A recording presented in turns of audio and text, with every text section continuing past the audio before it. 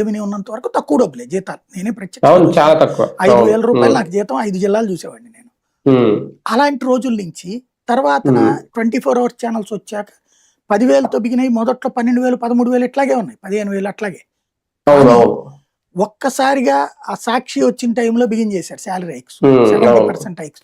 I news వచ్చినప్పుడు 40% hike ఇచ్చారు, సాక్షి వచ్చినప్పుడు 70% హైక్స్ ఇచ్చారు. దాంతో ఎగబడిపోయేసి దాంట్లోకి వచ్చేసాక మంది ఎక్కువైంది, మజ్జిగ పాల్చనైంది, న్యూస్ మీద బలహీనత అయిపోయింది. చివరికి క్రమంగా ఇవాళ రోజున జీతాలు లేకపోతే ఏమైపోతుంది మీరు తెలుసు. తర్వాత నేను జెమినీకి వెళ్ళినప్పుడు ఏం చేశాను, 3 కోట్లు 4 కోట్లు పెట్టి నడిపించిన ఛానల్స్ ఒక పక్కన అయితే 30-35 లక్షలతో ఛానల్ నడిపించాను నేను ఇక్కడ.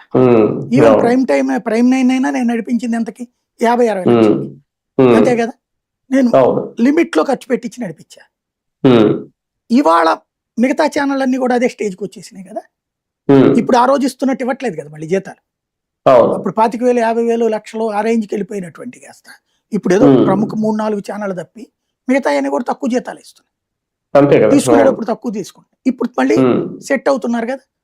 అప్పుడు కంపల్సరీ కార్ లేకపోతే లేదనేటటువంటి స్టేజ్ నుంచి ఇవాళ రోజు మళ్ళీ 2 వీలర్ మీద రిపోర్టింగ్ బిగిన్ అయిపోయింది. అట్లాగే రేపు సాఫ్ట్వేర్ ఇంజనీర్లకైనా సరే సమస్య ఉంటుంది. సాఫ్ట్వేర్ ఇంజనీర్ల లైఫ్ స్టైల్ చేంజ్